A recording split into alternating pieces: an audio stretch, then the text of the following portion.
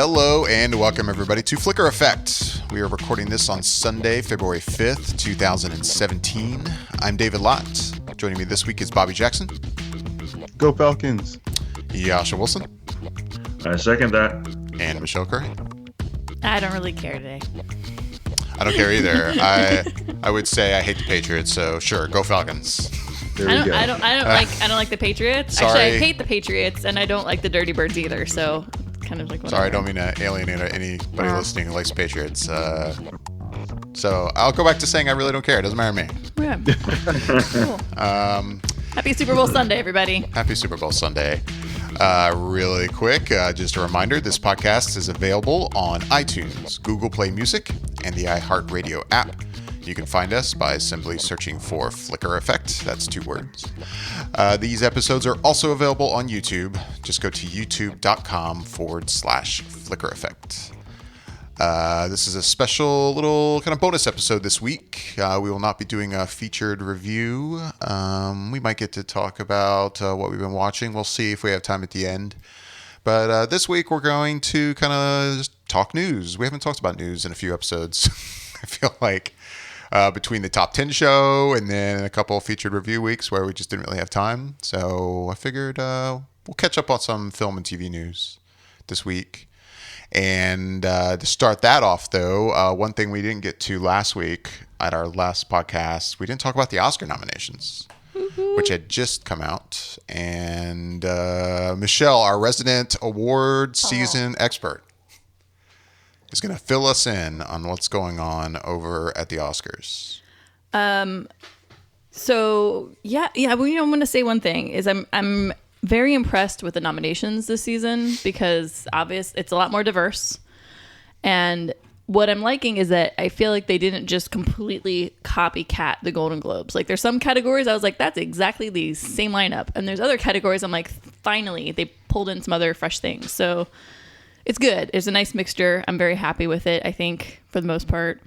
Hoping La La Land just doesn't just completely demolish everything because there were so many good films out this year that I think other things could be recognized instead of La La Land, as much as I enjoyed La La Land. And it was David's favorite, but I'm just happy to see that it's just not going to be like insane La La Land Oscar night because there's just so much more than just La La Land this last season. So that's all I'm going to say about that. But like here's the big ones. So Best Picture nominations are Arrival, Fences, Hacksaw Ridge, Hell or High Water, Hidden Figures, La La Land, Lion, Manchester by the Sea, and Moonlight. I heard that. What? I didn't say that. I didn't say anything.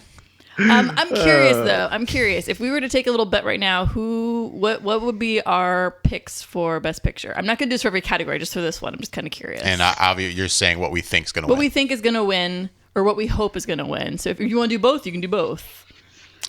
I would say I think La La Land is going to win, and obviously that was my number one film of the year. So right. I guess I would also say I hope it will win. I would say Moonlight has a decent chance, but yeah. If I had to bet, it's going to be La La Land. Yeah. Jascha, thoughts? The only one I've seen out of the Best Pictures is Arrival, and I thought it was okay. So I don't think that it deserved a Best Picture nomination. But based on popularity and growing popularity, I'm going to probably go with La La Land. Bobby. Well, Bobby's a little thrown. No, I think it'll most likely be La La Land just because it seems like it's just going to end up sweeping all categories or close to it. But I feel like the dark horse pick would be my number one, which was Hidden Figures, because it kind of came on late in January and a lot of people have been seeing it and it's still doing well in the box office. And the overall message in that movie is about unity and having people of diverse backgrounds being able to come together and fix things and be able to have that message in this day and age, in this time. It might resonate a little bit more and maybe might be that dark horse that might come through at the last minute. But more than likely, I do think it'll be La La Land. Yeah, I'm in agreement with you guys. I'm pretty sure La La Land's going to take Best Picture. And I as much as Arrival is my favorite film of the year for sure, I don't think it's Best Picture worthy to win as much as I love that film. But I think so. I mean, I would have to say even my own choice would be for La La Land to win out of this category. But the downside is that I think it would be spectacular. I would love to see Moonlight win. Like that would be, I think would be really cool to see that happen. I don't think that's going to happen. The only thing that really kind of, for me, like jumps in the hole, like, is La La Land going to get it or not, is Manchester by the Sea. And that's mostly just because everybody seems to love that film. For the most part, everybody seems to love that film. And so I'll be honest, if Manchester by the Sea wins, I don't see that happening. I mean, cranky. yeah, it's getting a lot of love. And I know I'm taking the perspective of I kind of hate the film. But I don't even... No, it could Manchester upset by it. the Sea. I doubt it, but it could. Like, and that's the thing is, I feel like there's been years when I'm like, this is clearly going to be the winner, and then this one film that everybody kind of loved upset it, and I'm like, what the? And they just like throw my ballot sheet in the air and walk out of the room, and I'm like, I'm done. I'm going home. I would be willing to place good money on a bet that it would not win that award. Yeah, I'm trying. I'm hopeful it doesn't either. But I'll quickly kind of go through. So, actor in a leading role: Casey Affleck. Andrew Garfield for Hacksaw Ridge, Ryan Gosling for La La Land, Viggo Mortensen for Captain Fantastic, Denzel Washington for Fences. Denzel took the Golden Globe. No, Ryan took the Golden Globe. Now I'm getting all myself confused. Yeah, Ryan took the Golden Globe. But Denzel took the SAG Award just the other week. That's what I was thinking of. Actress in a leading role, you have Isabelle Huppert for Elle, Ruth Negga for Loving, Natalie Portman for Jackie, Emma Stone for La La Land, and Meryl Streep for Florence Foster Jenkins. I'll quickly go through these. Okay, so supporting, you have... I never can say his name right. Mahershala Ali for Moonlight, Jeff Bridges for Hell or High Water, Lucas Hedges for Manchester, Dev Patel for Lion, and Michael Shannon for Nocturnal Animals. I'm not going to lie. I kind of hope Michael Shannon gets it. That would be spectacular. I'd be so excited because I thought he was really good in Nocturnal Animals. Yeah, he would. I would not imagine that will happen, but... I know. For supporting actress, Viola Davis for Fences, Naomi Harris for Moonlight, Nicole Kidman for Lion, Octavia Spencer for Hidden Figures, Michelle Williams for Manchester by the Sea. If you guys go to the Oscar website, it has the full list. It has even pictures of the movie posters or the actors and actresses. There's just some spectacular things happening this year. I will say it's interesting with directing. You've got Denis Villeneuve for Arrival. Mel Gibson has returned to get a nomination for Hacksaw Ridge. Damien Chazelle for La La Land, Kenneth Longernon for Manchester by the Sea, and Barry Jenkins for Moonlight. So I think that could be a really interesting one too for directing this year. So I don't know, because everybody's raving about Mel's Hacksaw Ridge. Right. So that could be kind of a contender against La La Land. But again, I think La La Land might take that one. But yeah, like... I can't go through all these. We'll take forever. But no, we're not going to read them all. But no. There's ridiculously awesome things. And I will say, like, I'm happy to see, like, Arrival pops up in a few other categories, and even Sully pops up, and there's just a little bit difference happening here in versus to what we were seeing for the Golden Globes, and it makes me happy because I felt like there was just so much dominated by like the same 5 films, and I was like, okay, and so there's a little more mixture in this, and it makes me happy, you know, like visual effects. Doctor Strange is nominated, so is Jungle Book. Like, you know, I like the diversity that I'm seeing. It's good. Switches it up. So that's what I got. Cool. So yeah, Oscars. When is that? Let me quickly. It's February something. 24th? That sounds about right. I thought 26th. Sunday, February 26th. 7 p.m. Eastern, 4 p.m. Pacific. Cool. Which really means it starts at 8 p.m. Eastern because they're going to do an hour of freaking red carpet. 5 or p.m. you could watch E all day long. Or yeah, you could literally wake up at 7 in the morning. Wake up on the red carpet and just hang out there all day. Yeah, pretty much just watch. Yeah, good times. They'll talk about gift bags and jewelry and fashion and And they'll just beat everything Yeah. to death with a stick. It'll be amazing. Yep, pretty much. Anybody Awesome. have any like big disappointments or anything they're excited about with the nominations? Like something you wanted nominated, didn't get it? Yes, no. No, not really. I Yeah. mean, everything seems like it was settled early on in terms of what was going to be nominated. So there's no real big surprises. I think the surprises will come when the award show happens, if something other than La La Land wins in some sort of category where you're expecting La La Land to take it. So I'm thinking the big surprises could be in the director's category and probably best actor category, because I don't know if they will favor, like, an older members of the Academy will favor something towards Denzel Washington, or if they want to skew it younger and go with for La La Land, Right. Case or Ryan Gosling. Ryan Gosling. Yeah. Ryan Gosling, Or yeah. even Casey So- Affleck would be the younger choice. He could, but I feel like as popular as Manchester has been lately, it seems like within some of the other awards shows, it hasn't had a lot of Right. pop, like with the SAG and with the I think they just had the directors, the DGA yesterday, I think it was, and so it seems like it's losing a little bit of steam, and it seems like Moonlight is gaining steam up against La La Land. So it seems like it's kind of like a 2-horse race at this point. But anything could happen, and I think that's part of the fun of watching the Oscars, is seeing that upset happen and something kind of coming out of nowhere when you don't expect it. Jascha, any thoughts? No, not on this. I really don't. I wish I did, but it's like I don't have anything to add right now. Oh, cool. Well, I mean, and I'll say for the audience, like, it's hard to get out and watch a lot of these movies, but I will say if you have the opportunity to go out and see the short films for animation, for short documentaries, if you have an opportunity to, like at your local art house theater, might be showing them, I would say do it. Like I was looking at the short film animated, and I'm like, I've seen 3 out of 5 of these.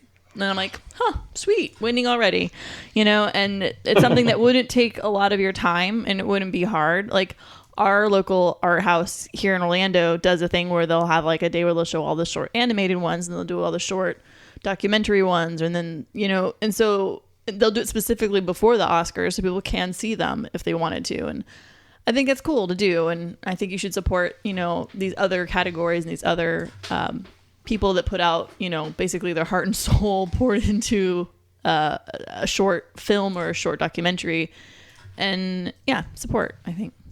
Cool. Yeah, I would say my only disappointment was the score category. I found to be a little meh. In the hold on, let's see, what is it? Music and original score or an original song? Original score. I don't Jackie, know. La La Land, Lion, Passengers, and Moonlight. Wow, that is kind of, I wanted to have seen an Arrival in there. Yeah, I'll agree with the that. Johan Johansson score, and that was definitely unique, and I feel more worthy. And even Swiss Army Man, that was such a unique score as well. That would have been nice to see I'll something agree. like that in there. Yeah. I mean, I don't know. I guess I didn't even see the movie, but I guess I'm judging without having even heard it. But I see Passengers on there, and I'm like, was Passengers the score really that good? I think it's just because it's Thomas Newman. I love Thomas Newman. I do Thomas Newman is too. great, but It wasn't that spectacular, Yeah. and I saw the film, and that score wasn't that great or amazing. I think it's literally just because it's Thomas Newman, and I have nothing against Thomas Newman. I actually love a ridiculous amount of what he does, but I think it's just because he is who he is. I think it's literally kind of what that one came down to, unfortunately. and yeah, everyone hoping that Deadpool would get some type of nomination. Something, sorry, didn't happen. This is bullshit.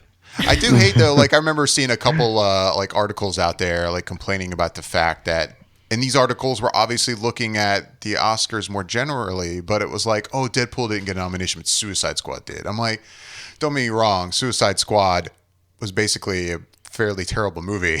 So it is kind of crazy that that managed to get an Oscar nomination. But you have to think about the category. It's like it's makeup and hairstyling. Right. You know, I mean, I don't see Deadpool getting a nomination in that, and I do see Suicide Squad getting a nomination in that category. So Yeah. it's not fair to like go, oh, the Oscars it's all bullshit. They're giving Suicide Squad a nomination, not Deadpool. I'm like, come on, like you're taking it out of context. And Yeah. I'm kidding. You know, I'm kidding with the whole upset that Deadpool didn't get a nomination. Oh, I don't know. Really know I know. if it. I don't really know if it deserves a nomination in anything. Maybe special effects in certain scenes that when you see it in digital, like Cyclops and not Cyclops, Colossus was really cool looking and it looked very realistic. So, but that's a big maybe, like a big stretch. Yeah, because when you look at what it is nominated, you've got Rogue One, Jungle Book, which, I mean, hello, that's probably where that's going to go, and Doctor Strange, and then Kubo and the Two Strings. Like, that's a rough category to go up against, I mean... And those are justified nominations. Yeah, Rogue One and Jungle Book, I think it literally kind of comes down to those two. Like... That's gonna be for sure. That's gonna be a coin tosser right there. Honest to God, like Who would you give it to in that sense? Would you go my with Kubo, or would you go with whatchamacallit, the Jungle Book? If you had to have it down to the two. To those two? I'd probably say because it's I don't know, it's hard because one's more digital and the other one's digital, but also they did some stop action, right? Oh, it's pretty much primarily stop motion animation. Right. Yeah. Like knowing what work goes into that, like I mean, I haven't seen Jungle Book, so I can't even really answer this question. So I don't know. It's hard because I think just knowing what work kind of goes into the stop animate, like, but at the same time, I say this, I don't think, because stop animation films, especially from that same company, have been nominated but haven't gotten it. So historically, they've not won this category. Right. So I would say then Jungle Book. See, I would say the Jungle Book also just because it's a little boy and he did a pretty damn good job of pretending and then the superimposing the special effects and whatnot for that whole movie. I didn't see Kubo, but I've seen several clips and several trailers and several moments of it, and it looks absolutely beautiful, and I had a feeling that it would be absolutely beautiful when I do get a chance to watch it, but I don't know, for whatever reason I'm just leaning towards the Jungle Book. Yeah. I'd say that's probably accurate. It is as much as what work was put into doing Kubo, there's also a lot of work in making something digital look lifelike and real, and for them to have done all of that in a sound stage, it's pretty impressive. And it just seems like that might be the way the Academy goes with it and lean towards. It sucks that they both came out in the same year, because I think in any other year they probably would have won individually, but now that they're against each other, it's only one can be the Highlander. So we'll see which one kind of comes out. It's a good on reference top right there, Bobby. Good reference. So we'll see. But either way, they're both very fantastic films. And David, you should try and check out Jungle Book. I think it's on Netflix. Yeah, it's on Netflix. yeah, I think it is. Yeah. Cool. Well, that's the Oscars 2017. Like we said, that's on February 26th. So I'm sure beforehand we'll do our normal predictions, make our bet. You can print up ballots on their website. Yep. It's going to be fun. Oscars.go.com or something like that. Let's move on to some news, and then I'm going to turn things over to you, Bobby. Thank you very much. So let's not even just tiptoe around it. Let's just jump right into it. Biggest story that came out last week was that Ben Affleck is no longer directing the Batman. And in a statement, he said, quote, "There are certain characters who hold a special place in the hearts of millions. Performing this role demands focus, passion, and the very best performance I can give. It has become clear that I cannot do both jobs to the level they require. Together with the studio, I have decided to find a partner and a director who will collaborate with me on this massive film. I am still in this, and we are making it, but we are currently looking for a director. I remain extremely committed to this project and look forward to bringing this to life for fans around the world," end quote. Man, I saw that news and it was just like, what is going on over at DC Warner Brothers? Because it seemed like he was so committed and was just recently talking about the fact that he was still directing the film. And then we get word that of him saying, okay, he's stepping down. And then there was also a little bit of some words that it looks like his script that he wrote with Jeff Johns is no longer the script that they have been working from, and that they're going with a script that was being done by Chris Terrio, who had did the Batman v Superman script. So it all seems like things aren't going well, and initially I was pretty upset by it, but then I think I started to come around a little bit towards the fact that, well, if Ben doesn't feel confident in wanting to try and stretch his limits in terms of what he's doing for this particular project and just wants to be a good Batman in the movie, then I can't knock him for that. But it just seems like there's more to it than just that, and that there was more behind the scenes stuff, and it's cause for concern nonetheless. And I do hope they get a good director in, but regardless of that, it still seems like there's just like a lot of turmoil behind the scenes at Warner Brothers DC. So I like I said, I think I'm coming around to him not directing it, but it's still disheartening at the best of times. So David, being the big Batman fan that you are, Hi, buddy. What's up? Yeah, how are you feeling about this news? I just don't care anymore. I don't know. No, I don't mean it. I just... You care. You're just tired of caring about this crap. All the changes. You're tired of hoping, it sounds like. Yeah. Yeah.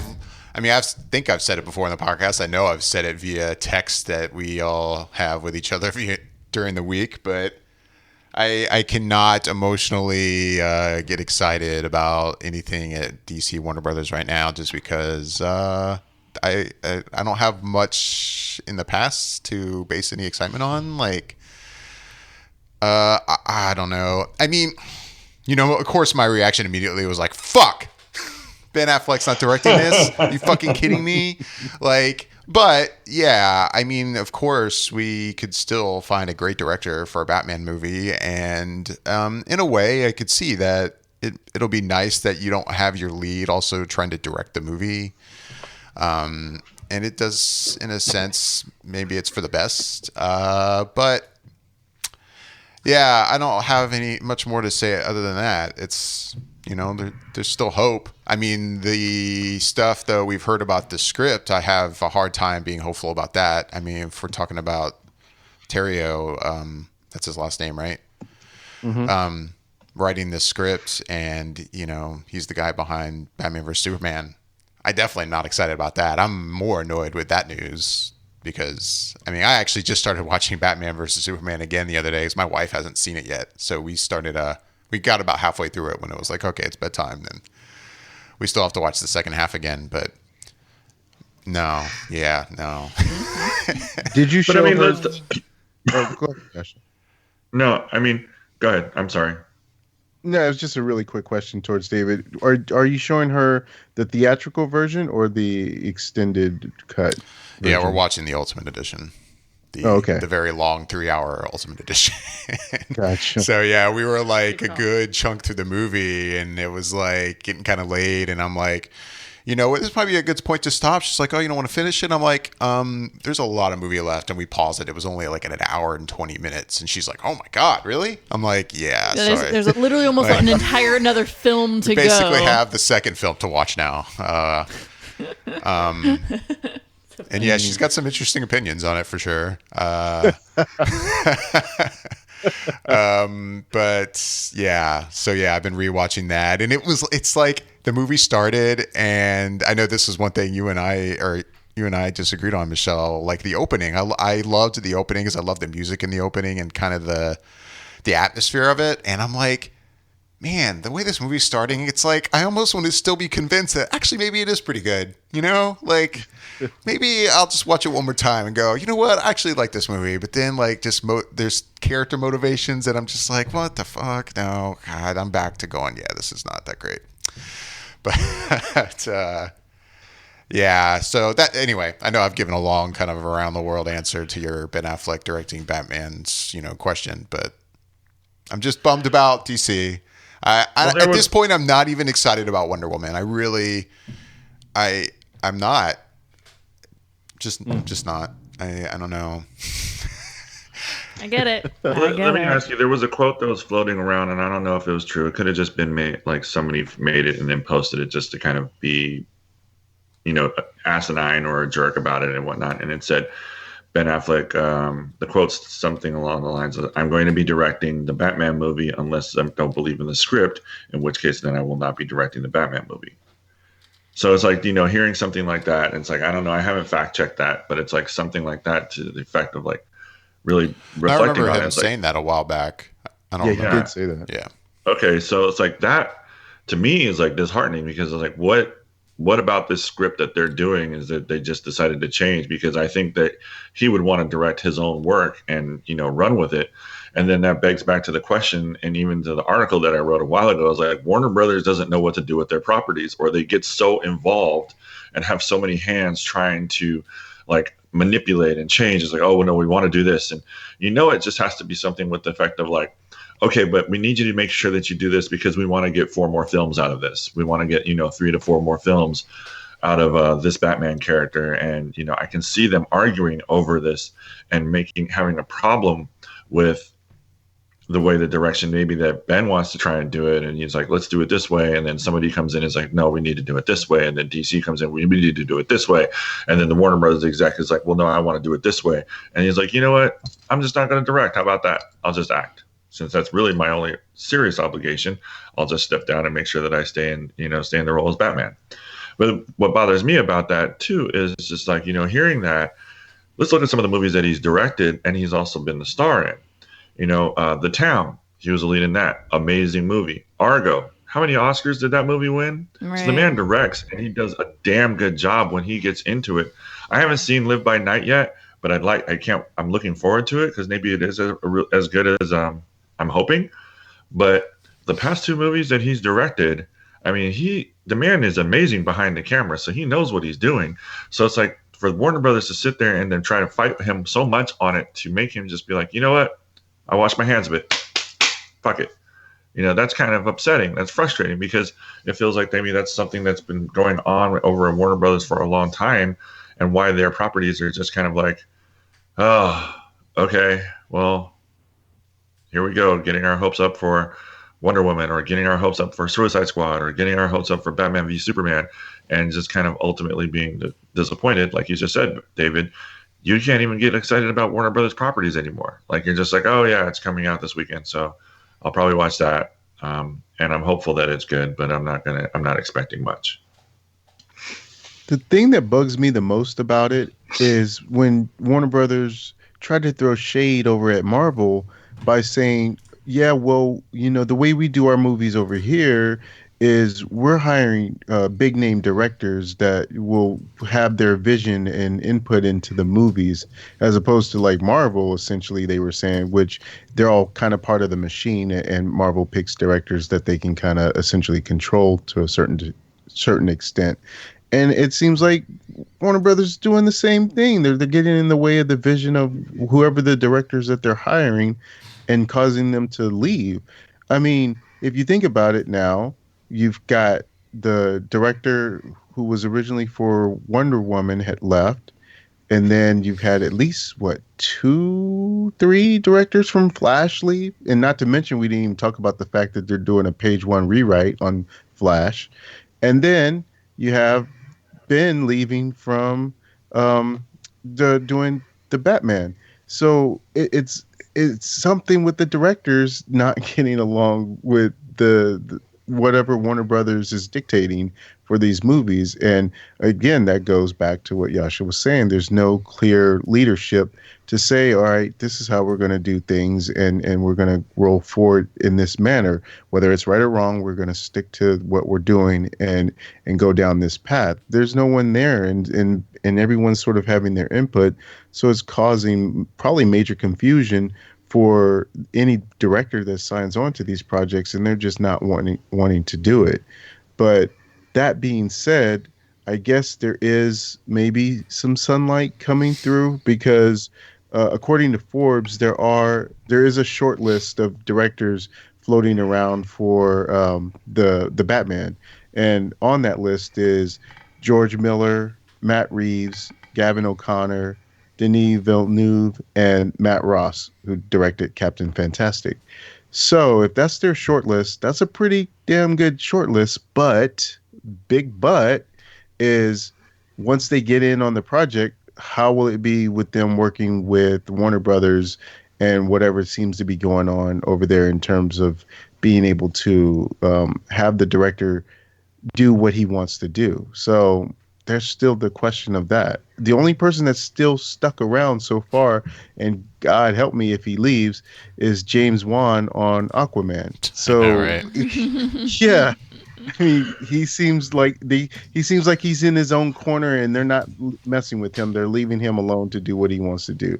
But what a crazy idea that would be, right? Yeah. And it Man. would surprise me if heaven forbid. we hear he's left, but I hope not.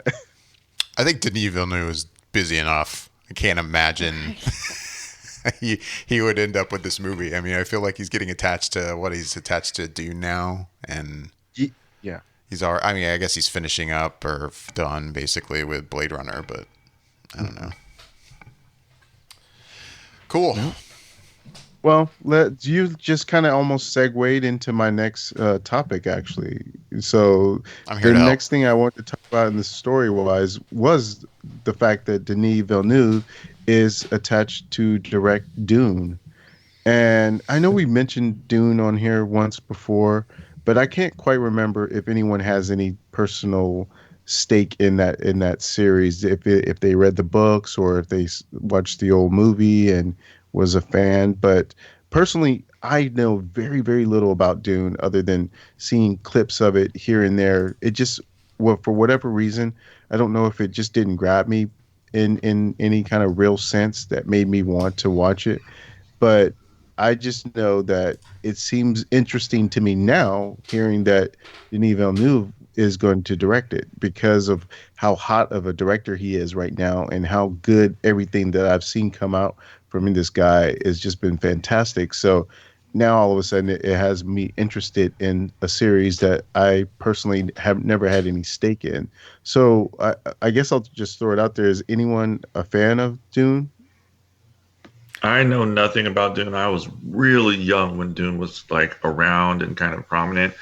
I kind of know the premise, but I am lost. So like all this news about Dune and their remaking and everything like that, I'm kind of like, okay. Like it's just, I think it's just too much when I was a kid. So I didn't see that. I didn't see anything from Dune. Michelle, you were going to say? No, I really I'm with Yasha. I'm honestly, and maybe it just makes me sound, maybe it dates them, but my parents actually, were kind of nerdy and then in the Dune thing at some point, I know, but it just never came to me. It was just not my thing, I guess. Maybe I was just too young. I don't know. Yeah, I've seen it, but it's been so long that watching it now would basically be like watching it for the first time. So I don't really have like a big connection to it, but I mean, aesthetically and everything I've seen from it and kind of the memories I do have of it, it's appealing to me. So I'm interested for sure, but I kind of want to rewatch the original. Variety does have a little bit of a synopsis of what Dune is, and it says, set in the distant future, Dune tells the story of Paul Atreides, whose family accepts control of the desert planet Arrakis. As the only producer of a highly valuable resource, control of Arrakis is highly contested among competing noble families. After Paul and his family are betrayed, The story explores themes of politics, religion, and man's relationship to nature as Paul leads a rebellion to restore his family's control of Arrakis. Oh, that's right. So, The spice. That's right. There's like the drug, the spice in it. That's what I oh, think that planet provides. And I think it's like has something to do with you have to have the drug. Something to do with space travel. I want to say. hmm, Anyway, sounds kind of trippy. yeah, But at least in Yeah. at least in that little blurb that I read, it kind of has a sort of a touch of Game of Thrones type of vibe to it with noble families and right. politics Yeah. and people trying to get control. So who knows? I mean, in the hands of someone that can get a good script going and be able to direct it in a way that's going to look beautiful, the way Denis Villeneuve can do, then it might turn out to be a blessing in disguise, something that I think a lot of people probably don't have a connection to. I mean, between the four of us, if none of us have any connection, and we are very diverse and vast in the different things that we like, and if none of us it touched us, then maybe this is something that can be brought back and probably needs a remake because it's something that a lot of people don't maybe hold in high regard in the Right. sense of not being too sacred. And maybe there's a cult following for the old movie or the books, but probably the people who like the books maybe are looking for a new version of this and be able to have something that other people can become fans of. So it definitely has my interest now, but I will I will need to see something from it because, like I said, I don't remember much of anything other than sandworms, I think, of some Yeah. sort. in Yeah. it. But that's about I do all I can't remember remember. from it. Who's producing it? Is this a Universal movie? Legendary. Oh, okay. So Oh. basically, yeah, Universal. Okay, Yeah. Yeah. cool. So That could be another segue. We never talked about Thomas Tull, right? we didn't. No. And I know that's I just a don't brief know. thing, but Yeah, it was just the fact that Thomas Toll exited out of Legendary. But you know what? Because I forget how long ago it was. Maybe it was about a year ago or a year and a half when one of the other foreign companies, I don't remember if it was a Chinese company or Japanese company, but someone had bought Legendary and he was still on board. But I always kind of figured or had it in the back of my mind that eventually he would leave yeah, or transition out. So it didn't come as a super huge surprise to me that he left Legendary Pictures, but it was still kind of like, well, he was sort of the heart and soul behind Legendary Pictures and brought so many things to that company and cool ideas and stuff. So it will definitely be something where people will keep an eye on Legendary going forward to see if they can sustain and kind of have the same sort of run without having someone who was so passionate. Because he's Thomas Toll. I've seen him come out at Comic-Con for a number of years, and he seemed like he was very much like a fanboy type of person, and had that kind of sensibility. So it made it interesting for someone like him to be running a production company. So without him, it'll be hard to see how they'll be able to have the same sort of interest that he had when he was in charge over there. cool. All right, moving on to our next little subject. This should be something sort of near and dear to at least a few of us because we're such fans of the series. But John Wick, they are talking about doing a prequel to the series of movies that we have, or at least the second movie that will be coming out next week. And I'll read something from the producers that were talking about the reason why they want to possibly do a prequel John Wick TV series. So they said it was about finding the right story to tell the second time around. They battered around all sorts of ideas, including a prequel showing the impossible task John completed to gain his freedom. Quote, well, we're not doing a prequel. We wanted to. It just didn't quite fit where we're at. We basically almost have a prequel written, but we'd save that for other aspects of the property. Lionsgate is very interested in doing a John Wick TV show, And that seems very appealing to us to give those creative ideas to that entity, because I think in TV you could really expand on what that is and greater than we could in just a 2-hour film. We'd like to wrap up the story we're telling now and maybe save all our prequel ideas and impossible task ideas for that medium.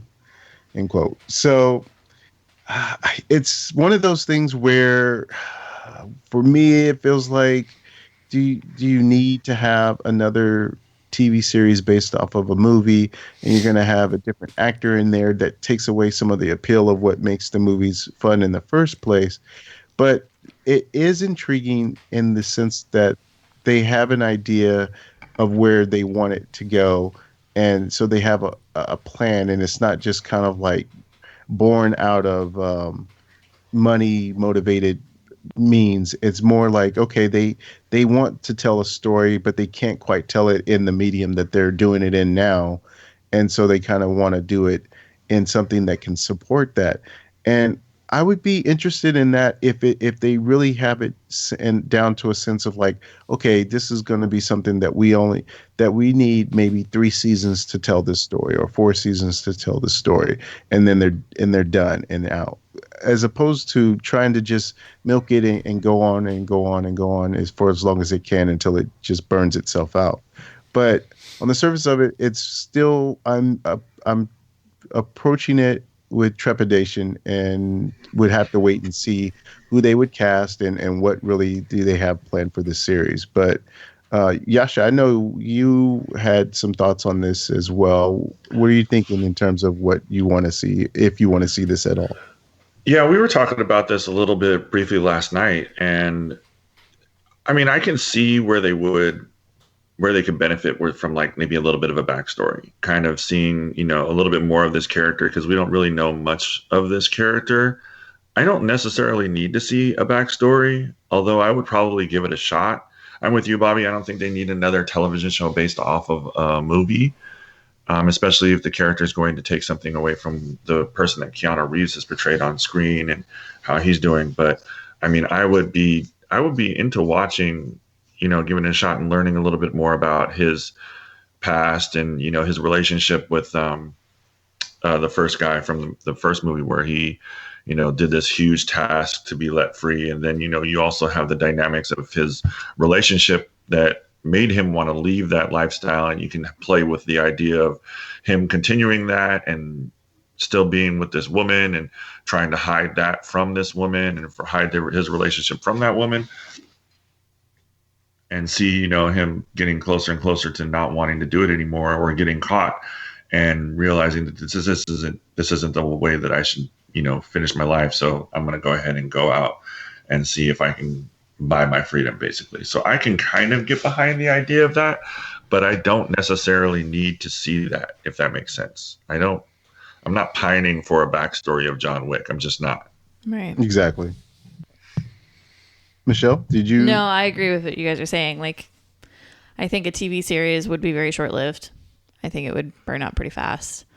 And yeah, I don't really. I mean, let me rephrase this. Actually, if I were to see a prequel, I honestly would prefer it in a movie format. I don't need to see it drawn out in a much longer format. But at the same time, like, I don't feel like I need a prequel. But if they were to do any version, I would say I would prefer a movie, honestly. But that's where I'm at. And yeah, Dave? Same page. I really don't care. Like, I don't need to see a prequel. I'm happy with the movies, or so far the first movie anyway. And Right. I'm good. It's kind of how I feel. Like, I don't need a Han Solo prequel. I don't need a John Wick prequel either. Here's how I would see a prequel for John Wick. I'd want it on Netflix or some sort of subscription-based model, like a Hulu or Netflix. Yeah. And I'd want Keanu to still do it and just tell its story with him and Michelle Monaghan? Is that who the actress was that plays his wife in the first movie? Yeah. And just show them, and then show it as like a 10-part, movie series or whatever. And then tell that story and be done with it, as opposed to bringing in a new actor and trying to create that sort of same atmosphere as the series, because it's just, I don't think you can recreate it in that way that you have with Keanu. That's what makes it really special. So I don't know. what I would take if they did do it, a spin-off of the John Wick would be if they had a series about the Continental, and then just the different type of mercenaries and assassins that come through the hotel where all those guys are at. I would watch that. That would as be a kind of TV cool, series. actually. But yeah, Yeah, I was just gonna say the only thing I'd be into is like that, or even just a focus on another assassin. Right. right. But I don't need a John Wick backstory. But yeah, like another assassin, or like you're saying, just focus on that place and kind of you see various assassins and Right. things that go down. Like the That'd main be cool. person would be the front desk manager guy.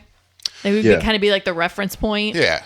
And then, yeah, no, that would be kind of cool. But yes, I agree too. It would need to be the quality of like a Netflix production, an Amazon production, Yeah. something like that. This was something on CBS. I'd Yeah. completely dismiss it. Yeah, no, totally. All right. Well, so going to the next story, I think this is one that I'll let Michelle talk on first because it's something near and dear to her heart. And it has to do with the fact that Bryan Singer is going to be directing the pilot for an X-Men TV series. And this one hasn't gone into production just yet, but it's going to be on Fox. And the backdrop of the story is about these two ordinary parents who discover their children possess mutant powers. And forced to go on the run from a hostile government, the family joins up with an underground network of mutants and must fight to survive. And the series will be produced by 20th Century Fox Television and Marvel Television, with 20th Century Fox handling physical production. And also, in addition to that, they have said that it will take place in the Marvel or in the X-Men universe that 20th Century Fox has. So, Michelle, since you are a big X-Men fan, how does this sit with you? Do you like this, or is it something you're kind of like, eh? No, I mean, I like this. I'm trepidatious about it because, you know, it goes from film to TV, but I really like it. I think it's kind of fun and it's different, and I think it kind of gives a little more energy to the franchise in a way, but I could also see it bombing pretty hard if it just isn't done the right way. And so that's why I'm kind of trepidatious, but I'm excited. I think it's good news. It's all like, I like it a lot. And I think the storylines, it's a good storyline. I mean, from what you just said, like it doesn't give you a whole lot of information, but I think overall, like it's a good idea. I think it kind of gives a different perspective on the take of it. Which, I mean, they tried touching on that a few times within the animated series. Like, what's it like for the parents, like, to deal with this kind of a situation, you know? And it comes up a lot with like the Scott Summers storyline. But yeah, no, I think it's kind of cool. I like it. David, you with X-Men, I know you have very little sort of relation to that source material, whether it's comic books, the animated series. And so really the main exposure for X-Men to you has been within the framework of these movies. Do you think that this kind of series could work on TV? And is it something that you would want to watch on TV? To answer the second question, not really. I have really no interest in it. And I don't think it would actually do very well. So just because, I mean, it being on Fox, and I just don't feel like there's a lot of draw to watch comic book stuff like this on TV. You know, I think CW has handled things in a very unique way, and it seems to be working for them. But something like this on Fox is going to probably need a lot more viewership than those shows in order to survive, and I don't see it getting that. And yeah, going back to I like certain X-Men movies, and sure, I'll probably see every X-Men movie that comes out, and I'm super excited about Logan. But other than that, I mean, I just have not had much of a connection with X-Men since, like you just said, my only connection to it right now are the movies. So I have no, history with the comics. I have no history with the animated show. So it's only ever been the movies and basically what friends have told me as I was growing up about X-Men. That's all I know about it. So, yeah, I don't have an interest in the show. I have a hard time imagining it's going to look like the kind of show it's going to want me to take time to go watch. If again, I hate to say it, but if it were a Netflix X-Men show, I'd be like, okay, I'd at least be more willing or interested to check it out. But on Fox, I'm like, sorry, just not. No, I mean that's my trepidations about it as well. Is it's on Fox, and it's I think it would require to keep a nice following, to keep a viewership. It would need to be of an HBO, Netflix, Amazon, a much higher quality thing. I just don't think it's going to get it on the TV network, and I'm sad because I think it's a neat and unique. I think it's a unique idea, and I like it a lot. But yeah, I mean, the superhero TV shows it's very hit and miss. I mean, the few that have survived have really been the ones on the CW and Agents of S.H.I.E.L.D. And even that, I think, is kind of going by the wayside. So as much as I'm interested in this, do I see this going on very well? No. Like, I'm not naive to that fact at all. Like, I don't see this. If it lasts more than a season, I would be really impressed. I can't see it lasting much longer. Yeah, I don't think the viewership's going to be there. Which is just sad. I agree with all of them. I think we're getting a little ridiculous here. I don't particularly care about this idea. I just don't think it'll be done right. And I think they're going to try and, it'll be really boring for the better part of it. And then all of a sudden they'll try and throw something in there to try and really hook you. But it just doesn't sound like it'll be done right. I'm not interested really in watching it. I have no real desire. That story sounds kind of, all right, another superhero show, I don't know. For whatever reason, I'm just not really sold on it. I'm not into the idea of watching it. It just doesn't appeal to me. Well, for my 2 cents, I guess it is another comic book show, so I will watch it. But on the surface of it, it doesn't seem like they're going about it in quite the right way. I will give them props for having Bryan Singer directing the first episode to sort of set the tone for the series.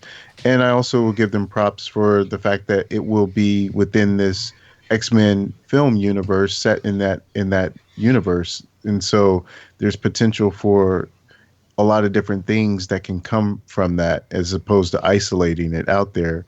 But to me, I think the main problem with a lot of these shows that keep coming out is that they're dancing around what people want to see. What CW does so well, and I think that they get right, is that they aren't dancing around the characters. They're showing you the actual characters. That's why you have a Flash TV series, a Green Arrow TV series. It's not the people who supported Flash and seeing the series about them, and then Flash is kind of there every now and then. It's the Flash, and that's what people want to see. So when you come out with an X-Men TV series, I do really, really, really want to see Legion, and I think it's going to be good. But at the same time, it's like, well, it's such a lesser known character from the X-Men universe. And if people want to see an actual something from X-Men series, you would want to see the X-Men. And I don't see why they don't just do that. Why don't you just give people an X-Men TV series? And you can kind of mix it up by doing it with particular characters so the budget doesn't get too out of control. But at the same time, that's what people really, really want to see. Otherwise, you're dancing around it and kind of trying to subvert it a little bit by having characters that are on the periphery of what the X-Men universe is about. So I think that's the problem. And I think that's going to be the same problem that whenever that series for Krypton launches on Sci-Fi, it's going to be sort of the same sort of boat where you're not showing us Superman, you're just showing us people related to Superman. So it has the same sort of issues. But I think because of the nature of it, I will at least give it a try and hope for the best, because I always like and hope these comic book shows do well. But that's just because the 10-year-old me is still in a state of wanting to see all these things realized as real life projects and being able to see them and hope that they're good. But we don't have any release date as of now for what this will come out, but I'm thinking it'll probably be for next fall into 2018. But we'll see. Well, I mean, I enjoy the comic book stories as well, Bobby, and I, geek out every time that I see something from my childhood getting made on screen or a small screen. But I mean, you mentioned Krypton. It's like I have absolutely no desire to watch Krypton. Like I have no interest in that whatsoever. Because isn't that about Superman's grandparents? Like it's not even about his parents. Like it's about his grandparents, of which I know nothing about, to which I care nothing about. Like I have no emotional attachment whatsoever to them at all. Like it's like, how do you make a story about something where we're, literally have no market for as of yet? Like I've never heard anybody, oh, you know what I really want to learn about? Superman's grandparents. Like I can't wait to read that story. I've never heard that, thing. I mean, and it wasn't even until with the Man of Steel being released, the direction that they went for his dad was even more of a little bit more of an action type of role as well, opposed to just, being a scientist. Like he was a little bit more of a physical guy opposed to just this really smart guy. So I don't know, man. That's just it for me. Like, I totally understand that. Let's move to a little bit to the other side of TV and go towards the direction of Marvel. And Marvel's been doing good in their movie side, and on their TV side, you've got the Netflix shows that are killing it, and we got Iron Fist coming out soon, and then Defenders and Punisher. So they're definitely hitting their stride when it comes to their TV stuff. Now we just got word of a couple TV shows that have been in development and now are starting to get a little bit more traction. The first one was Marvel's Cloak and Dagger. And that is a series that will be coming on the Freeform channel, which was previously ABC Family. And they cast a couple of actors to be into the roles for the Cloak and Dagger. And the main person for Cloak is an actor I hadn't actually heard of or seen in anything really before, other than one TV series on HBO. And his name is Aubrey Joseph. He was in the show The Night Of that came on HBO last year, I believe it was. And he was the son of one of the other actors. I forget the actor's name, but he was in it just for a little bit. So I really couldn't get a sense of who he could be for this series. But the role of Dagger is going to Olivia Holt, which I hadn't seen in anything before. But she is from I think the Disney Channel TV star. So they actually seem like very young actors, and they did want to go young for this series and being able to tell this story.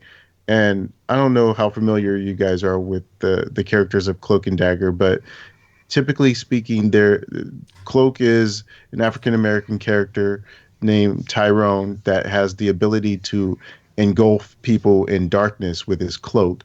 And Dagger uses these forms of light as her ability to shoot these dagger lights out at people.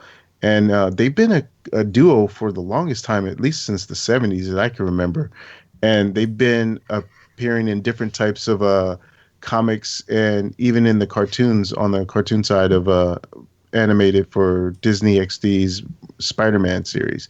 So Jascha, have you ever read any of the comic books for Cloak and Dagger? I have actually. I'm very familiar with the characters. They really feed off of each other. And I'm hoping that this comes out really well. Like my cousin and I both used to read these comics pretty regularly, and they're fun. It's a really nice balance of kind of like good and evil, because Cloak is really kind of a mess with his power basically being darkness and her power being light. They kind of feed off of each other, and she balances him out and keeps him in check by essentially feeding him light as well. I'm hoping that this comes out really well. Like I'm really hoping that this I'm going to give this a shot, because I'm looking forward to seeing what they do with these characters, because they have the potential to really be awesome. They are very interesting characters. So it's just a matter of making sure that they do it right, and if they do it right, they could really have a good show here. Yeah, cool. David, Michelle, I loved thoughts? the 1984 movie Cloak and Dagger. Yes. That was the shit. Yes. With Dabney Coleman? Yes. Is that the one you're talking about? Yes. Yeah. I used to That watch I the remember. hell out of that when I was a kid. Dude, when I was a kid, I loved watched that movie. repeatedly. I Yeah. love that movie. My brothers and I would watch that movie all the freaking time. Yeah. All the time. That's my exposure to Cloak and Dagger. Agreed. That's all I have. That's That's all all I I know. have. All I Oh, with have. Dabney Coleman? Is that what you're talking about? Yeah, Yeah. that's, the one That's you're all I talking have. about. I have no knowledge of anything Sweet. outside of that film. Jesus. Josh is like shame to Noah. I mean, I know you have to, but David, you're on timeout. You need a minute. What? Just take a moment. Oh, what about Michelle? She just. I'm in the same boat as David. Like I have, no knowledge. I want to say we were. It was a month or two ago, and I was scrolling through HBO Now one day looking just for a random movie to watch, and I saw it in there, and I'm like, man, Cloak and Dagger. I haven't watched this in a long ass time, and I put it on, and I'm like, oh wow, yeah, this is not what it's like. Immediately regretted your decision of putting it on. Yeah, I mean, hey, I liked it as a kid. That's what matters, as right? a kid, it was awesome. Right. It was Sorry, like the coolest thing ever. This I know kid I've- just running around like San Antonio. Oh, it was awesome. I know I've veered the Well, discussion completely off topic, but Howard the Duck when I was a kid, and I thought it was awesome. Right? then, too, Same here. so- Hey, Yeah. hell yeah. Howard the Duck was the shit when I was a kid. I haven't seen it in Yeah. years. I would Oh, be afraid. look, he's playing the guitar. This is so awesome. And now watching it, I'm like, the fuck was I thinking? I would be afraid to watch that film at this point. So yeah, I know nothing about Cloak and Dagger. yeah, I don't Not either. a thing. Never Nope. even knew it existed Nope. until I heard about this news. Oh, wow. Yeah, I had no Yeah, clue. okay. Well, I definitely will be checking it out. And like I said, I have limited exposure to the characters, but from what I do know of them, it will be kind of cool to see that played out in live action on the small screen. And on to the other part of what Marvel News had released this past week was they have a cast for one of their young adult comic books that came out a few years ago by, I think it was Brian K. Vaughan, and it's called Runaways. And again, this is not a series I am very familiar with, though I heard it was like excellent. It was really, really great comic book series that came out back in the day.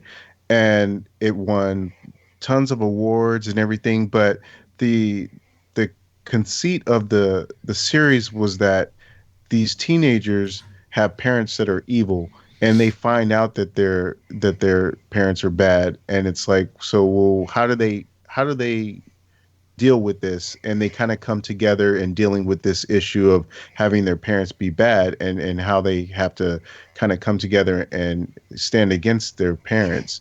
And the cast is very young, and it's not anyone I know of, and I won't really run down the list of all the different the actors playing the characters, but you can find that over at comingsoon.net.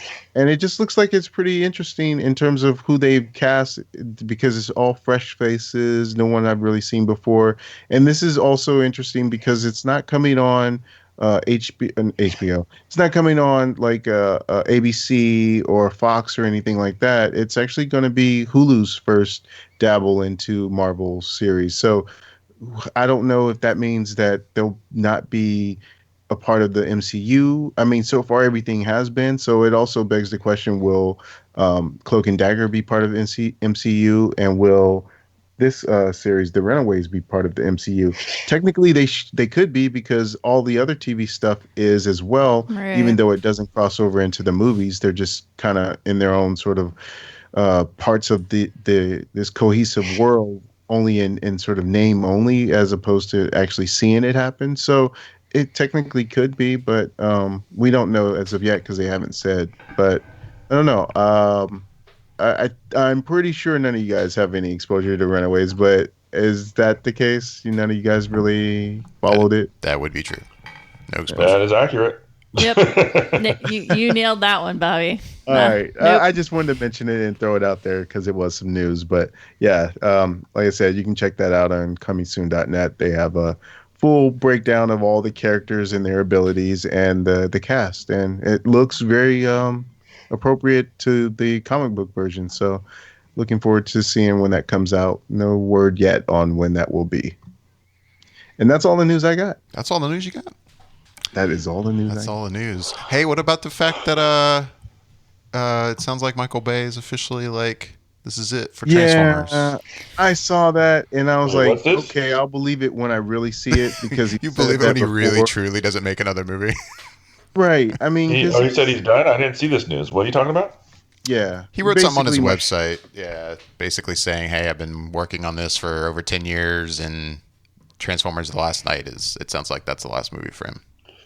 Isn't he supposed to be doing like another Bad Boys movie with Martin and Will? No, I think he's producing that. Someone else is directing it. I think I Okay. won't say it's Joe Carnahan. I forget Okay. who's directing it, but it's not him. It's not big. Yeah, But yeah, I don't believe him. I mean, he said it before, and he even says it in his little statement. Like he said that he was going to leave before, but he had a didn't. hard time leaving it because of the fans and all the Yeah. others. So I don't know. I just don't. I haven't even bothered to watch the Super Bowl spot that's come out yet, just because it just seems like it's more of the same. And I'm ready for him to move on, and I really hope he does. But I just don't think that he will. I don't think he will. well, we can only hope. Anybody else got any news? There was one thing I saw.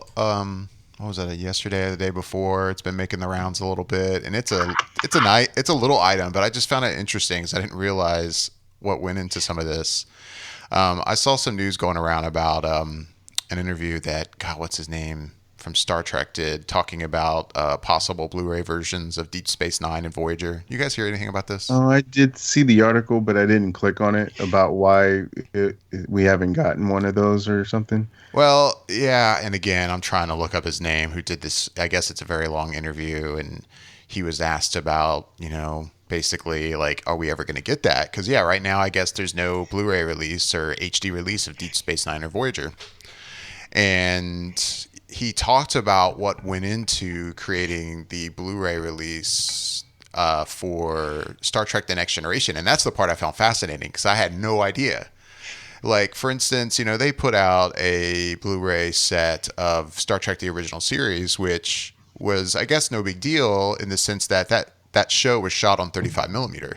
35 millimeter, it's better than HD. All you got to do is take those 35 millimeter prints of the episodes and do a conversion, and you basically have HD versions of that show.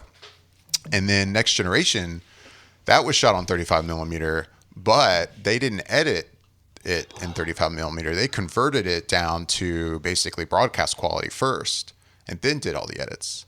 So to create those Blu-ray versions of Star Trek The Next Generation, they had to re-edit every episode on 35 millimeter. They had to take the 35 millimeter prints and re-edit every fucking episode. That is insane. It cost them millions and millions of dollars to do this. But It's Star Trek insane. The Next Generation is kind of looked at as like basically the crown jewel of Star Trek these days. No, it And is. to them, it was worth it. They were like, hey, we're going to do this.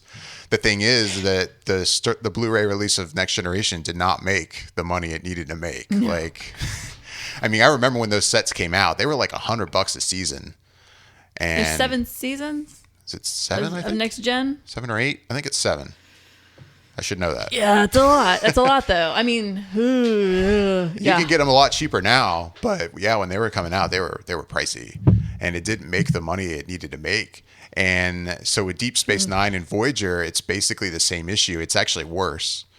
So those shows were not shot, I think, on 35.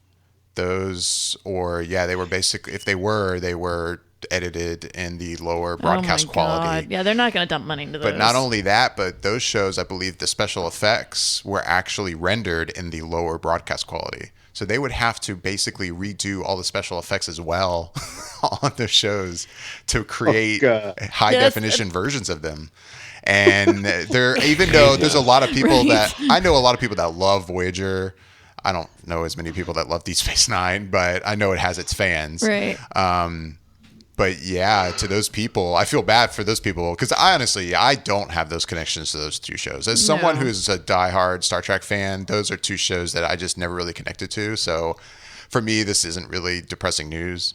But I know people that absolutely love Voyager, and yeah, it sucks. Like you may never see an HD version of that.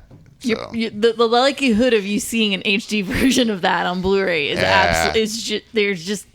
God, no, it's just never gonna happen. Like I that just is found just that way fascinating more money. when I Oh my read God, that about is, Next Gen. I'm like, man, they had to do that to.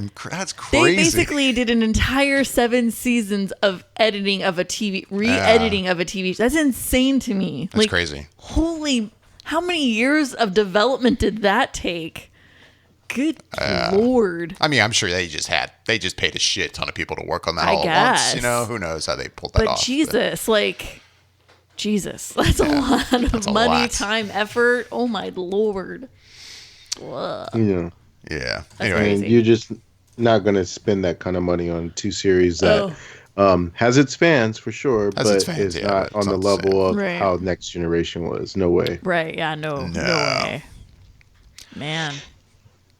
anyway, Some food for thought right there. yeah. Like, jeez. Really quick On the- before we get out of here, has anybody watched anything the past week I want to talk about real quick? I honestly haven't really watched anything new. We'll watch Powerless. Oh yeah, I didn't see that. No, I didn't How watch was- that yet.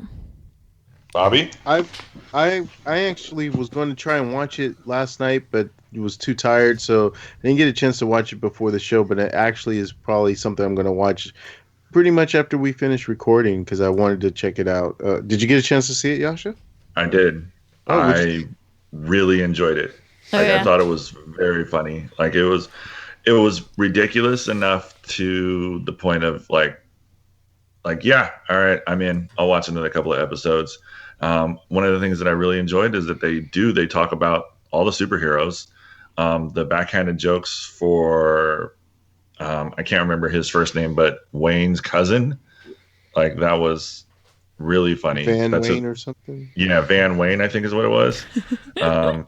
It's just so ridiculous. But man, did I enjoy that show. I just was like, it's so bright and happy. And it's just like, I was like, this is so ridiculous. It's but so not I the was- DC universe that we're seeing in the film. No, it's It's really like the exact not. opposite. It's really not the DC universe that we're used to seeing. And it's got a lot of solid colors and it's just really bright. I don't know, man. I just enjoyed it. I was like, yeah, all right, I'm going to watch this. I'm going to give this a couple more weeks. And I Nice. hope that they keep going with it because the actors that they have in it and everybody that's, firing all on, it's funny. Like it was really, Vanessa Hudgens is great. Alan Tudyk is great. Who's the other, the person from, Danny Pudi? yes, Danny Pudi was fantastic. I love him. The secretary, the secretary for Van Wayne is hilarious. Like she's just really, really dry and very, very funny. And Christina Kirk is her name, I think. And she just it was good, man. I enjoyed it. Like I'm looking forward to seeing where else they go with it because I'm digging the show. That's awesome. Cool. I also watched. I'm sorry. Go ahead. No, go ahead. No, Go you go ahead. ahead. Did anybody else watch Santa Clarita Diet? That's what I was just gonna bring up. I really want to watch this. I want to see this Netflix TV show, and that's what I'm gonna try to crank out this week because it looks quirky and kind of fun and very tongue in cheek. And yeah, Yeah, that's pretty much what it is. I've only seen about 3 episodes of it, but it was very funny, very dark. And it's just like, it's very dark humor, but it's very, very funny. Timothy Oliphant is fantastic. And Drew Barrymore. I love that guy. yeah, Yeah, I love Timothy Oliphant too. And it's just kind of like this whole matter of fact, like, okay, yeah, so this is just how we're going to live now. Like, it's just like this really weird, like, it's like, and she's just running with it, like her character. And it's so much bloodier than I expected. Oh, This God. is ruining it. Like, I mean, Jesus.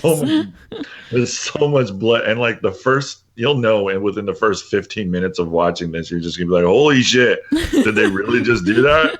Oh, wow. And it's it's funny. It's like I'm in. I'm gonna finish the series for sure just to see where they go. But it's very it's an easy watch, but it's very like, oh, this is really weird. But okay, whatever. I'll run with it. nice. Ah, cool. I'm glad to hear that because I'm such a big fan of both of them. I love Drew Barrymore, I always have, and Timothy Olyphant is just like one of my favorite actors. Loved him in Justified, Deadwood. He was great in. It's just everything that I've ever seen him in. He's always been just someone to watch, and so good to hear that he's back strong coming in this series as well. So I can't wait to check it out. Yeah, I've seen him in comedy. I like him in comedy as well. Like his comedic timing is pretty good. He hasn't done too much of that, but he's really funny in this. Like he's just really off the cuff. Like it's a weird show, but it's good. I think the first time I ever saw him in something was maybe The Girl Next Door with yeah, that's where I first saw him too. Yeah. That's where I first saw him too, and it was, he was really funny in that too. So yeah, but cool. I will be checking that out. Cool. Anybody watch anything else? Nope, Nothing. not yet. All right. Yeah, I didn't either. So I don't know. It's funny. I try to think. I'm like, maybe I did see something and I forgot, but I definitely didn't go to the theater. Is what I mean. Yeah, I've been comforting myself with rewatching West Wing lately. I've needed some some self-soothing about a lot of things. So I'm like, let me go into a completely fictional world. Let me go live in a fantasy of West Wing and writing. And I just was like, oh, it's like a little comfort blanket for me. And I've kind of had to dive into that this week. West Wing is always one of those shows, even when things weren't like they are now. Like that is a comfort. It just is kind of like, hey, you know what? I just want to watch something that I love and it feels nice and it's good writing, good acting. It is for me. It is for me. It's interesting. Well, no, I had never seen the series, so it seemed to me like it would be a political drama, like a lot of angsty type. It is, but what we mean is the writing is just so good. Again, storytelling with an asterisk. Those first 4 seasons, really only. The other ones not so much because Aaron Sorkin left after the 4th season, and it shows big time. It does. But it does. Yeah, those first 4 seasons, just the writing is so good, and you really connect and love all these characters, and just love how they interact. And you want to be in the team. You want to be there. I want to work at the West Wing. I want to work at the West Wing. I know how to work with them because they're amazing. Yeah, it's just. I mean, yeah, don't get me wrong. It's a drama, but. Yeah, it's just, I don't know. I just love that show so much. I mean, it's still to this day probably my favorite show of all time. So, it is definitely a show that every once in a while, I don't sit down and just watch it, without doing anything. I'll put it on as a background thing, and I'm working on something. You know what? I'll throw on some West Wing now. That's kind of what it's been for me this week, because I've been doing so many other things in my life that I haven't been able to be like, I want to sit and just focus on a show. Because if I start up Santa Clarita Diet, which also I realized just started 2 days ago, I want to sit and focus on that. Like, I want to give it my full attention. Whereas I could put West Wing on and still cook dinner or work on a project or do work or clean or, you know what I mean? Like, it's not something, even like doing laundry, like even if I have to leave a room for 8 minutes, I don't have to pause it. I can just let it go. Like, I know what's going to happen. Like, it's cool. Like, it's fine.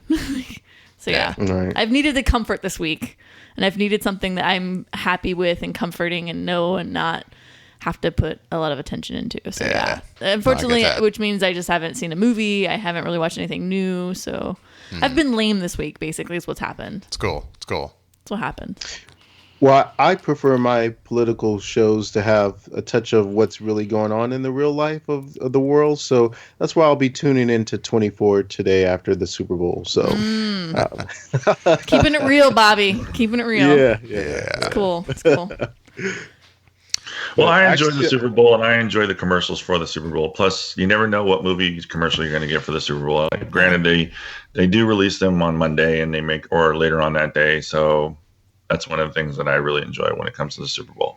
I'll be honest, I'm kind of excited for Lady Gaga for the halftime. And that's weird for me to say on so many levels. One, because I usually don't care about the halftime show. 2, because I'm not like a major Lady Gaga fan. But it's just like, I'm really curious to see how this is going to play out today. I'm curious. Because usually whenever I kind of slightly excited for it, it just is a horrible halftime show. And so I'm like, I got to see what happens. Is this going to be just an absolute train wreck? I don't know, but I'm curious to find out. I don't know. I hear there will be drones involved. Oh, this is getting better. It's gonna be horrible. Interesting. And I say that, and I don't dislike Lady Gaga. I'm not saying that in any way or form. I just feel like whenever I'm kind of like, oh, I'm slightly interested, that's when it just goes to hell in a handbasket. You know, that's when you get like, what is it, Left Shark? You know, and you're like, what the hell? Like things just go awry, I feel. So it'll be interesting to see. Right. Yeah. Other than that, I just don't care about the Super Bowl. Yeah, Yeah. I haven't watched one NFL game all season. But still, I think the same thing happened last year. Actually, last year, I don't think I watched one NFL game, but I still watched the Super Bowl, which that was funny. I don't think I had that realization until I was watching the Super Bowl, and I was like, you know what? I think this is the first and only game I've seen all year. Yeah, part of me is almost like doesn't want to watch tonight, just to be like, you know what? I want to see if I can go through an entire year not watching football. And nothing against football. I'm not like anti-American football or anything. It's just, well, it's just how it's I don't been. know. I just haven't had much of a connection to NFL anymore. Yeah, the NFL's kind of worn me down a little bit, honestly. But I watched a few games, kind of, sort of, this season. But I mean, really, after my team got, after the atrocity that occurred to my team 2 weeks ago, I'm like, I'm good. We're good for a little while. I'm happy this is over. On that note, I just need a football break. I just need a moment. Yay, spring and summer. Right. Anyways. I think once the Raiders move to Orlando and then they're Orlando Raiders, maybe David will be more of a football fan. Wow. Yeah, you guys think you got enough football teams in LA now? Yeah. Gotta take San Diego's? No, sure. Jesus. They're on their way to Las Vegas anyway, but What do you think, if there was ever a professional football team in Orlando, that you would kind of be more invested? I don't know. Probably not. I'm so invested in our local MLS team. That's why I asked. That's really kind of has all my attention right now, and when it comes to sports. So I don't know. I definitely think the city could support it. I do. Michelle, I know you're nodding no, but no. I do think there's enough of a football crazy fandom here that it would support a team much better, I think, than Jacksonville, because the Jaguars haven't done so great up there. Oh, dude, ever. But I don't see that happening either. You've got Tampa Bay right down the road, basically. I was going to say, with Tampa an hour away and Jacksonville an hour away in the other direction, like, it's just...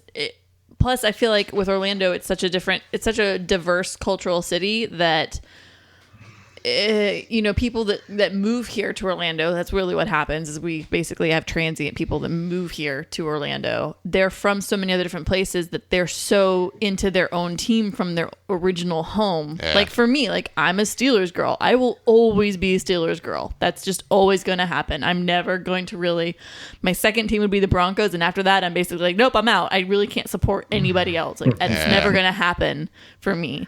So that's what I think happens is they come, they're like, no, I'm Green Bay till I die, baby. What? It's just how it is. Yeah, and I get that. Like I went once to a Tampa Bay Rays Yankees game, the only time I've ever been to a Rays game. And, because I lived in New York for a time and started going to Yankees games, I'm a Yankees fan.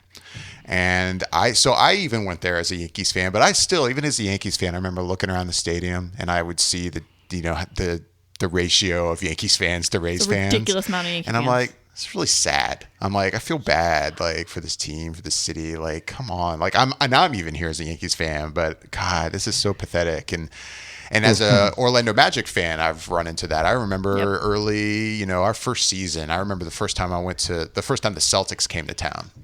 And as an Orlando native and then immediately being a Magic fan, I would see how basically the entire arena was green. And I just remember having this rage about it. Just like, God damn it. Like, come on, guys. We all live in Orlando. Fuck the Celtics. Right. What is this shit? Which, a side note, like, I ran into that the other day. I happened to be driving through downtown Orlando, and it was a day game at the arena with the Magic and the Golden State Warriors. Now, I get it. Imagine. You know what? I get it with the Celtics. The Celtics, that's an old club. That's old school, baby. Old school. That's core. It's one of those teams that just has fans everywhere. Oh, yeah. You expect it. You expect it with Green Bay, the Packers. You expect it with certain teams like that. That's legacy team fans. Exactly, Right. exactly. It's legacy. That's my father, my grandfather, my great grandfather, my uncles. It's literally it is never going to change. Right. You're yeah. And then, but if, what is it? Not even maybe 5 years ago, if you had tried to find a Golden State Warriors fan, Oh, hell no. you wouldn't have been able to find one in this entire fucking town. But God damn it, I was driving through downtown Orlando that day, and I want to say 75, that's probably an exaggeration, 50% of the people walking into the arena were wearing Golden State shit. And I'm like, what the fuck? Like, just because, they have become what they, could you guys be any more bandwagon fans if you tried? Like, it irritated me so much. Yeah, they're not core. No. Like, no, not at all. Like, they're being cool. David, they're trying to be. It's the same thing out here with these damn Angel fans. And I'm seeing Angel fans, I was like, oh, they're there now. But, like, right when they won the World Series, that's when everybody started to like, oh, Angels. Right. Before that, like 2 years before that, 3 years before that, nobody was talking about the Angels. Right. Nobody cared about the rally monkey. There was no rally monkey, okay? Fuck the rally monkey, okay?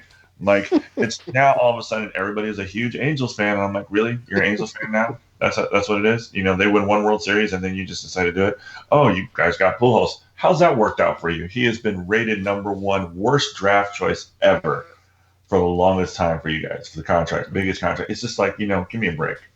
So I get it. Yeah. I'm right there with you. But yeah, so the point is as much as I would love for us to have a football team in Orlando, Florida, I can't see us ever supporting an Orlando. I cannot. There's just no way. It wouldn't happen. That's just not how our city works. Yeah, I don't see a team just coming here though in the first place. No. I'd prefer to have a baseball team. That I would kill I for. would love to have I will say that honestly, I would love to have a baseball team. But that we most certainly would not be able to support. And we would not support there's that. no way. No, we don't even support Tampa. Yeah. Like, I go to Rays games and we don't even support them, and it's annoying as hell. My problem with Tampa is they're just too far because they're not actually in Tampa. They're in St. Pete. And if that stadium were actually in Tampa, it would be like, you know what? I'd make that drive. But you have to go over more bridges. You got to go over more bridges and a little farther to get to St. Pete. And I'm like, you know what? I'm going to draw the line right here on this bridge. I don't want to go that much farther. Right. Plus, that stadium is terrible. It's the worst. Yeah, it's not that best of a stadium. Anyway, so Super Bowl, woot woot. Super Bowl. We're gonna go ahead and get out of here because we're all gonna go watch Super Bowl. As always, we'd love to hear back from everyone listening. You can let us know about everything we've talked about by emailing us at feedback@flickereffect.com. You can also find us on Facebook, Twitter, like I said earlier, YouTube. You can find links to those accounts on our website over on the right-hand side.